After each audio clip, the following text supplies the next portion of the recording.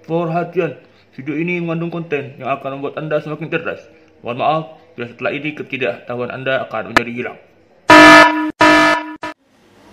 Assalamualaikum warahmatullahi wabarakatuh. Alhamdulillah, wassalatu wassalamu ala sayyidina Rasulillah Muhammad ibn Abdullah wa ala alihi wa ashabihi wa man tabi'ahu wa nasarahu wa walah. La hawla wa la quwata illa billah wa ba'du. Sahabat-sahabat pemirsa channel YouTube Pangeran Bersarung yang dirahmati oleh Allah Subhanahu wa taala. Kali ini kita akan membaca biografi dari seorang tokoh sufi terkenal juga, dan beliau juga terkenal sebagai seorang ulama yang sufi juga. Jadi ulama plus sufi. Kalau kemarin di episode pertama kita membahas tokoh Rabi'ah Al-Adawiyah, beliau tokoh sufi tapi bukan dari kalangan ulama. Kali ini kita akan bahas tokoh sufi tapi dari kalangan ulama, dan beliau sosok laki-laki. Kalau kemarin adalah perempuan. Siapa dia? Dia adalah Junaidi Al-Baghdadi.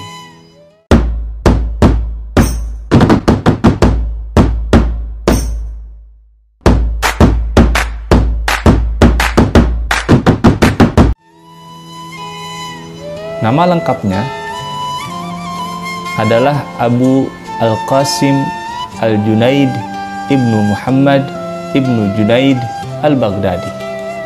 Ia kemudian lebih populer dengan panggilan Al-Junaid Al-Baghdadi, dan terkadang juga dipanggil Al-Junaid saja. Ia merupakan tokoh sufi yang besar, pengaruhnya di kota Baghdad. Al-Junaid lahir di kota Nihawan, Persia, dan wafat pada tahun 298 Hijriah atau 910 Masehi. Meskipun ia lahir di Nihawan, keluarganya bermukim di kota Baghdad, tempat ia belajar hukum Islam menurut mazhab Imam Asy-Syafi'i. Dan akhirnya ia menjadi qadhi di Baghdad. Qadhi itu adalah hakim, ya. Walaupun demikian, kemudian ia menganut mazhab Abu Thawr. Ini Abu Thawr, mazhab Abu Thawr, di luar mazhab yang 4. Dalam disiplin sufi, ia adalah murid pamannya, yaitu Syekh Sari As-Saqati. Sari As-Saqati yang wafat tahun 253 Hijriah. Jadi Sari As-Saqati ini adalah paman dari Al-Junaid Al-Baghdadi. Saudara kandung dari ibunya sendiri, berarti paman dari pihak ibu.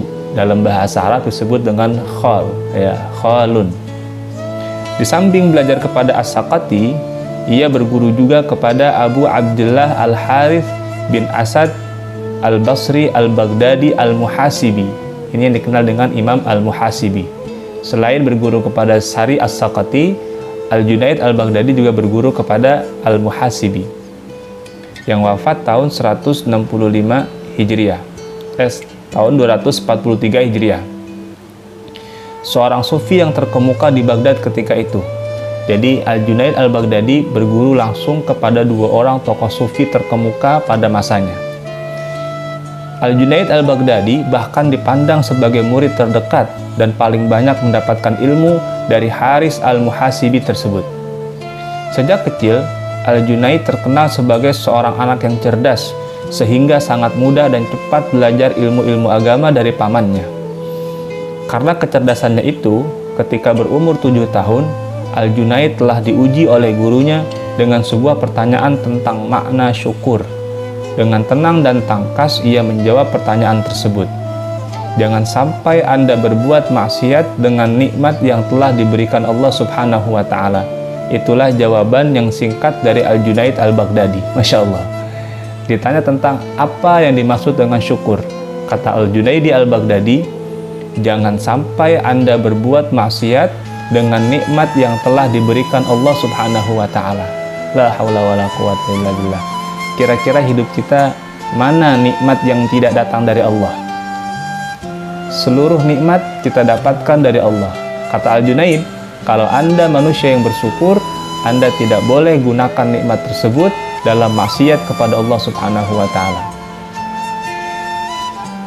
Kehidupan Al-Junaid itu kehidupan Al-Junaidi Al-Baghdadi di samping sebagai seorang sufi yang senantiasa mengajarkan ilmunya kepada murid-muridnya, ia juga sebagai pedagang yang meneruskan usaha ayahnya, yaitu sebagai pedagang barang-barang pecah belah di pasar tradisional. Selesai berdagang, beliau pulang ke rumah dan mampu mengerjakan sholat dalam waktu sehari semalam sebanyak 400 rakaat. Allahu Akbar. Sehari semalam, total rakaat sunnahnya adalah 400 rakaat. Tentu ini di luar daripada salat fardu. Allahu Akbar. Al-Junaidi Al-Baghdadi adalah seorang sufi yang mempunyai prinsip tak kenal putus asa. Terbukti misalnya dalam ibadah, baik dikala sehat maupun sakit, ia senantiasa konsisten melaksanakannya. Bahkan dalam keadaan sakit, ia merasa semakin dekat dengan Allah Subhanahu wa Ta'ala. Al-Junaidi Al-Baghdadi, dia berdagang, dia bisnismen, tapi sholat sunnahnya 400 rakaat sehari semalam. Kita bisnismen bukan, ya enggak? Pengusaha bukan, kerja pun tak banyak, tapi sholat kita Masya Allah. Ini salah satu inspirasi buat kita, mudah-mudahan dapat memperbaiki diri. Di samping itu, Al-Junaidi memiliki sifat tegas dalam pendirian. Terlihat ketika ia menandatangani surat kuasa untuk menghukum mati muridnya sendiri, Husain bin Mansur Al-Hallaj. Ini tokoh yang dihukum mati, namanya Al-Hallaj. Sufi pencetus konsep Al-Hulul. Nanti kita bahas biografinya dalam masa yang akan datang. Dalam surat kuasa itu, ia menulis dengan tegas, berdasarkan syariat, ia Al-Hallaj dinyatakan bersalah, tetapi menurut hakikat Allah yang maha mengetahui. Allahu Akbar. Pada akhir perjalanan hidupnya, ia diakui banyak muridnya sebagai seorang imam. Sehubungan dengan itu, dalam pandangan Said Hawa, seorang tokoh sufi kontemporer, ada beberapa tokoh sufi yang dapat diterima oleh umat Islam. Salah satunya adalah Al-Junaid Al-Baghdadi ini.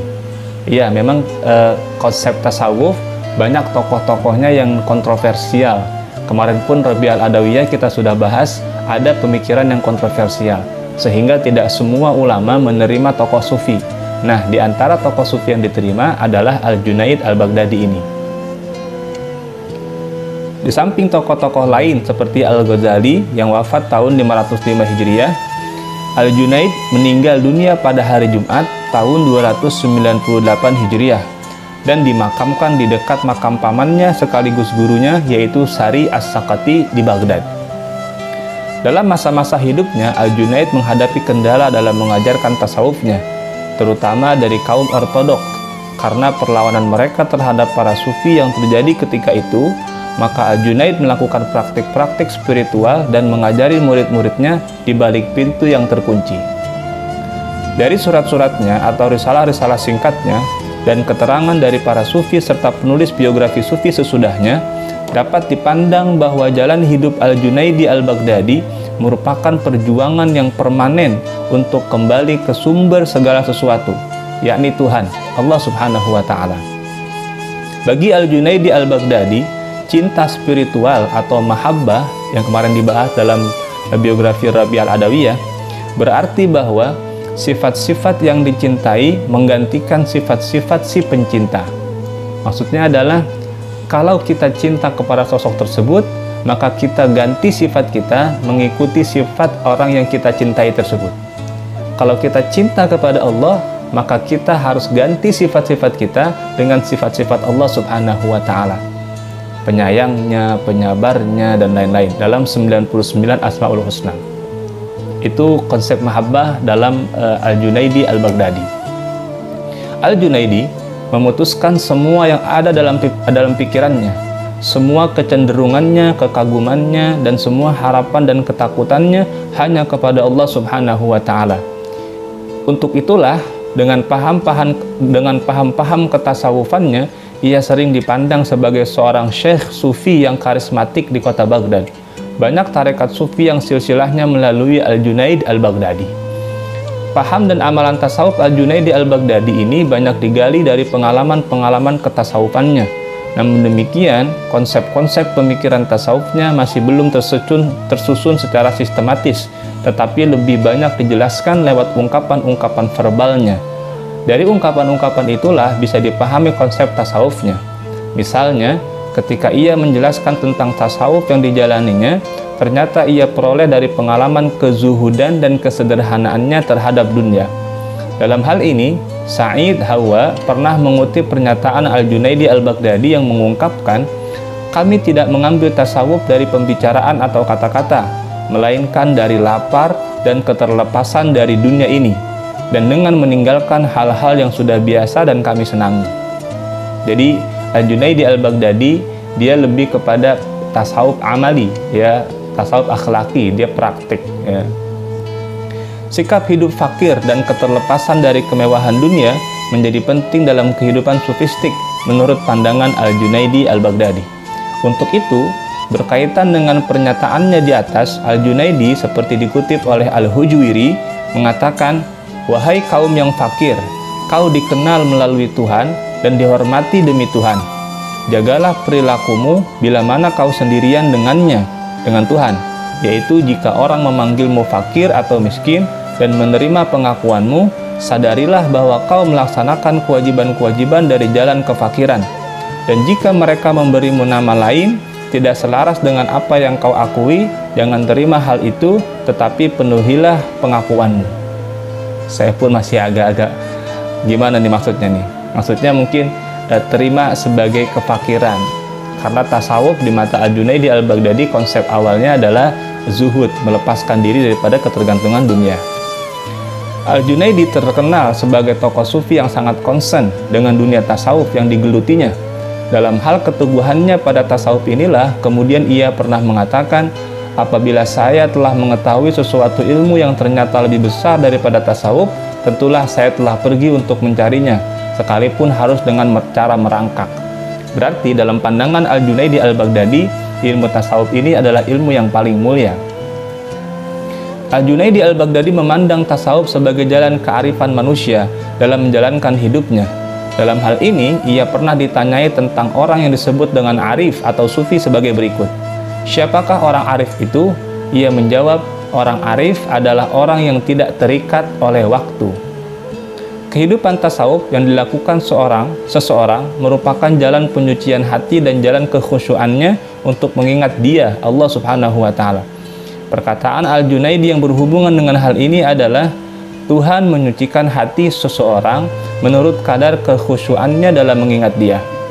Jadi Allah akan bersihkan hatinya.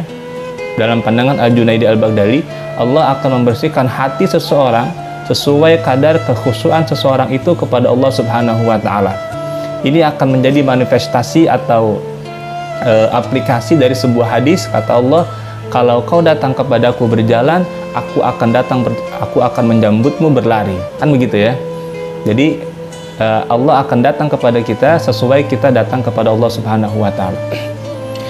Al-Junaidi Al-Baghdadi juga mempunyai pemikiran tentang bas atau rasa lapar dan qabd atau rasa kecut, rasa asam.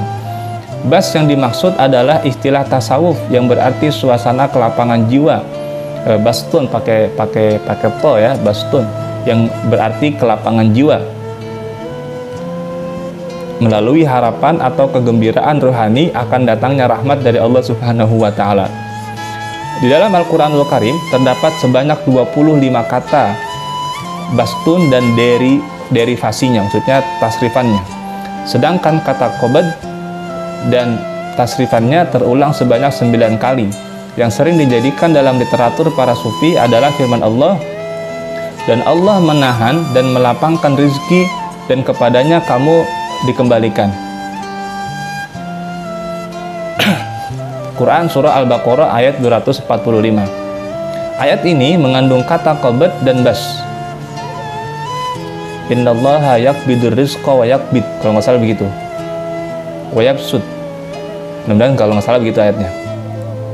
Di kalangan para sufi, bastun dan qabd merupakan kelanjutan dari raja, harap dan khauf atau takut. Yang keduanya merupakan cara untuk meminta perlindungan dari Tuhan. Untuk melihat bagaimana bastun dan qabd sebagaimana kelanjutan daripada roja, harap dan khauf atau takut, dapat disimak ungkapan yang dikemukakan oleh Al-Junaid Al-Baghdadi berikut ini. Ini ungkapan Al-Junaid Al-Baghdadi tentang khauf dan roja. "Takut atau khauf kepada Allah membuatku menjadi qabd. dan harap atau roja kepadanya membuatku menjadi bast, melapangkan dada. Dengan al-haqiqah, dia Allah mempersatukanku dengan eksistensi kemanusiaanku. Jika dia membuatku qobat dan khauf, dia menghancurkan eksistensi kemanusiaanku. Apabila dia membuatku basat dan roja, dia mengembalikan eksistensi kemanusiaanku. Jika dia mengumpulkan dengan al-haqiqah, dia menghadirkanku. Jika dia memisahkanku dengan al-haq, dengan Tuhan, dia menyaksikanku dalam eksistensi yang lain. Maka ketika itu aku dalam keadaan gelap gulita dan menjadi tidak sadarkan diri. Ketika itu dialah yang maha tinggi, yang menggerakkanku tanpa mendiamkanku, dan dia membuatku takut dan cemas tanpa membuatku merasakan adanya belayan kasih.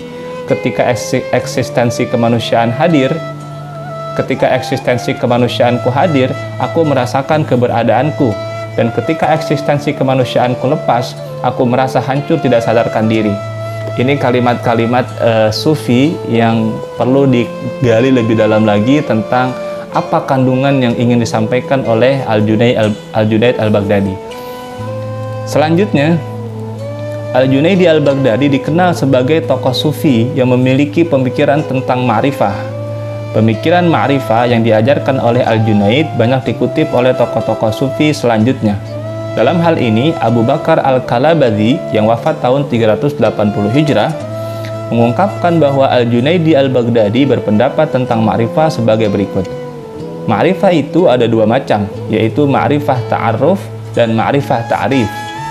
Ma'rifah ta'aruf adalah bahwa Allah Subhanahu wa Ta'ala memberitahukan kepada orang banyak tentang dirinya dan memberitahu orang banyak akan hal-hal yang menyerupainya, seperti perkataan Nabi Ibrahim, "Saya tidak menyukai barang sesuatu yang terbenam."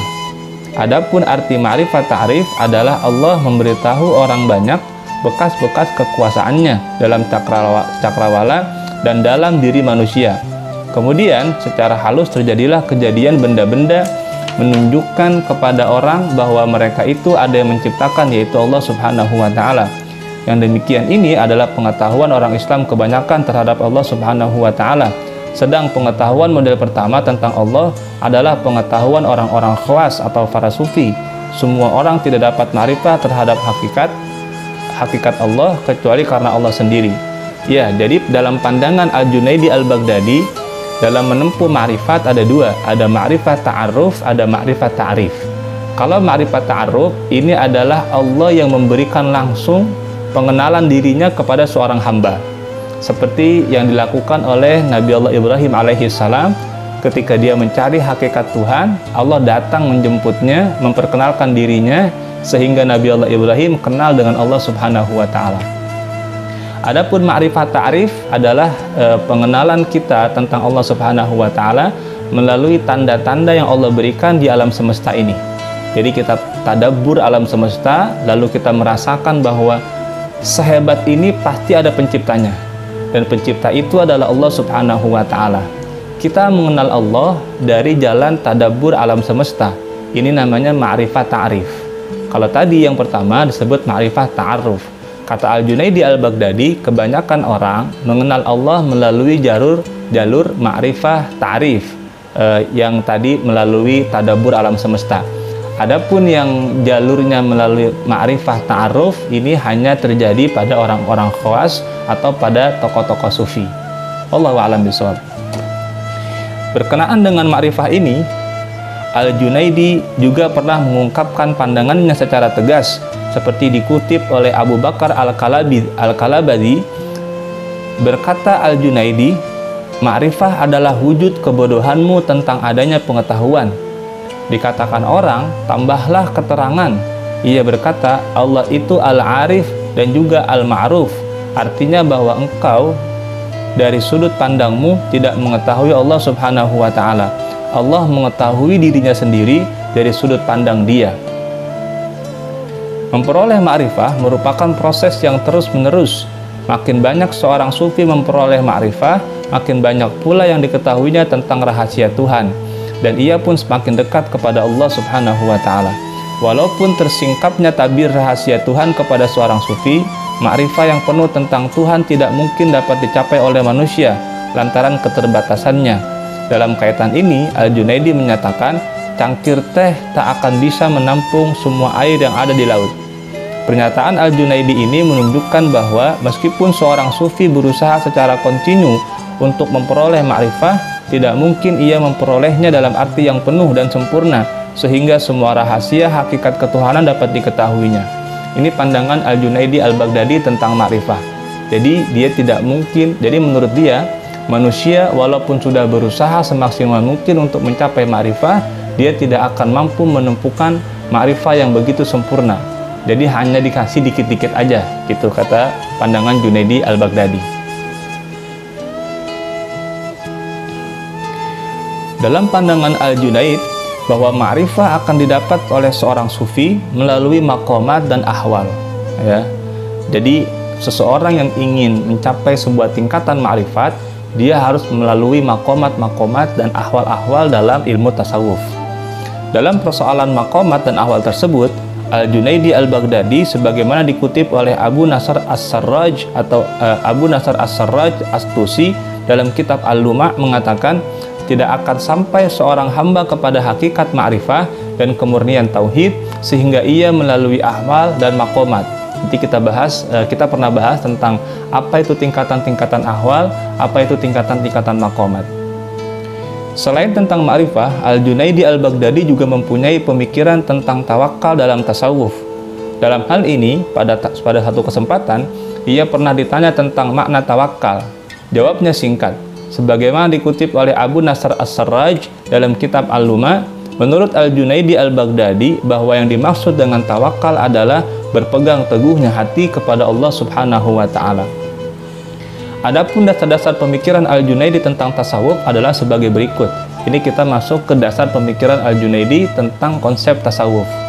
Pertama, seorang sufi harus meninggalkan kelakuan dan sifat-sifat yang buruk dan menjalankan budi pekerti yang baik sesuai dengan ajaran-ajaran tasawuf yang selalu mengajarkan sifat-sifat baik dan meninggalkan budi pekerti yang jelek. Itu yang pertama. Yang kedua, ajaran tasawuf adalah ajaran-ajaran yang dapat memurnikan hati manusia dan mengajarkan hubungan baik dengan makhluk lain. Ajaran tasawuf selalu mengajarkan untuk meninggalkan sifat-sifat alamiah yang bisa merusak kesucian jiwa, menahan manusia dari godaan jasmani, mengambil sifat-sifat ruhani, mengingatkan diri pada ilmu hakikat, mengingat Allah Subhanahu wa Ta'ala dan Rasulnya Muhammad Sallallahu Alaihi Wasallam. Ini yang kedua. Yang ketiga, memalingkan perhatian dari urusan dunia kepada urusan ukhrawi. Bagi orang yang beriman, meninggalkan pergaulan dengan sesama manusia masih mudah dan berpaling kepada Allah Subhanahu wa Ta'ala sulit. Ternyata berpaling dari nafsu lebih sulit lagi. Untuk itu, melawan nafsu adalah sangat penting untuk mendekatkan diri kepada Allah Subhanahu wa Ta'ala. Dalam hal ini, Al-Hujuwiri mengutip pendapat bahwa Al-Junaidi pernah ditanya, apakah persatuan dengan Tuhan? Dia menjawab, meniadakan hawa nafsu. Jadi kata Al-Junaidi, bagaimana seseorang bisa menyatu dengan Allah Subhanahu wa Ta'ala? Kuncinya adalah tinggalkan hawa nafsu. Karena di antara semua tindakan ibadah yang diridhai Tuhan, tiada yang lebih besar nilainya daripada menundukkan hawa nafsu. Jadi dalam pandangan Al-Junaidi, ibadah yang paling besar adalah ibadah dalam menaklukkan hawa nafsu. Menghancurkan gunung lebih mudah bagi seorang manusia daripada menundukkan hawa nafsunya. Allahu Akbar. Keempat, manusia harus berpegang teguh kepada tauhid, termasuk dalam bertasawuf. Arti tauhid menurut Al-Junaidi adalah menegaskan Allah Subhanahu wa Ta'ala dengan sesempurnanya. Adalah mengesahkan Allah Subhanahu wa Ta'ala dengan sesempurnanya, bahwa sesungguhnya Allah itu esa, tidak beranak dan tidak pula diperanakkan, tidak berjumlah dan tidak pula tersusun, dan tak satu pun yang menyerupainya. Dia maha mendengar, dia maha melihat dan maha tunggal, dan seterusnya. Yang kelima, seorang sufi harus bisa melakukan 3 syarat amalan, yaitu 1. Melazimkan zikir secara kontinu yang disertai dengan himmah atau tekad yang kuat dan dengan kesadaran yang penuh. Yang kedua, mempertahankan tingkat kegairahan atau semangat yang tinggi. Yang ketiga, senantiasa melaksanakan syariat yang ketat dan tepat dalam kehidupan sehari-hari. Sebab itu, dalam soal berpegang teguh pada syariat, Maka Al-Junaidi Al-Baghdadi seperti dikutip oleh Said Hawa pernah menuduh orang yang menjadikan wusul atau mencapai Allah sebagai tindakan untuk melepaskan diri dari hukum-hukum syariah. Dalam persoalan ini dengan tegas ia menyatakan, betul mereka sampai, tapi ke neraka sakor. Masya Allah. Imam Malik bin Anas, pendiri madhab fikih, pernah berkata, barang siapa mendalami fikih tanpa bertasawuf, ia fasik. Barang siapa bertasawuf tanpa mendalami fikih, ia zindik. Dan barang siapa yang melakukan keduanya, ia bertahakkuk atau meraih kebenaran. Jadi Al-Junaidi Al-Baghdadi punya pandangan orang yang bertasawuf harus berpijak kepada tatanan syariat. Orang yang belajar syariat pun harus belajar tasawuf supaya ada keseimbangan antara amaliyah zahir dengan amaliyah batin. Itu yang kemudian kita sedang pelajari dalam beberapa kajian kita, yaitu amaliyah batin.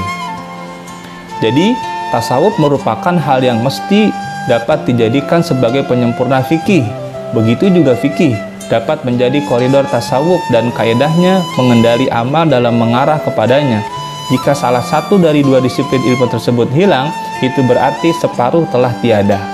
Ini pandangan Al-Junaidi Al-Baghdadi bahwa siapapun yang ingin menuju Allah Subhanahu wa Ta'ala, yang pertama dia mesti berpijak kepada syariat, laksanakan syariat, yang wajib kerjakan, yang sunnah kerjakan, yang makruh tinggalkan, apalagi yang haram juga tinggalkan.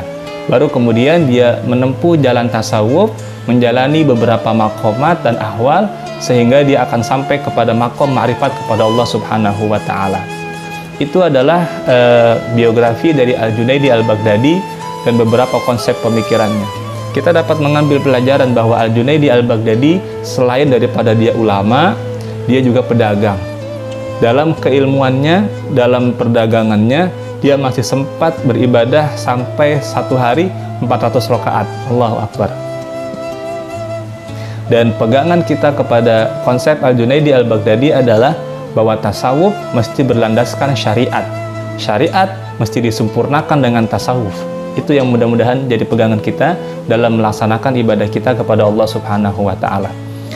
Nanti ada turunan-turunan belakangan orang-orang kemudian menisbahkan dirinya sebagai kelompok Al-Junaidiyah.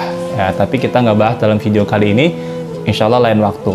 Mereka adalah kelompok-kelompok yang menisbahkan kepada kami adalah pengikut Al-Junaidi Al-Baghdadi. Insya Allah lain waktu kita bahas. Cukup sampai di sini dalam episode kali ini. Kurang lebihnya mohon maaf. In uridu lil islaha mastata'tu wa ma taufiqi illa billah. Akhirul kalam. Assalamualaikum warahmatullahi wabarakatuh.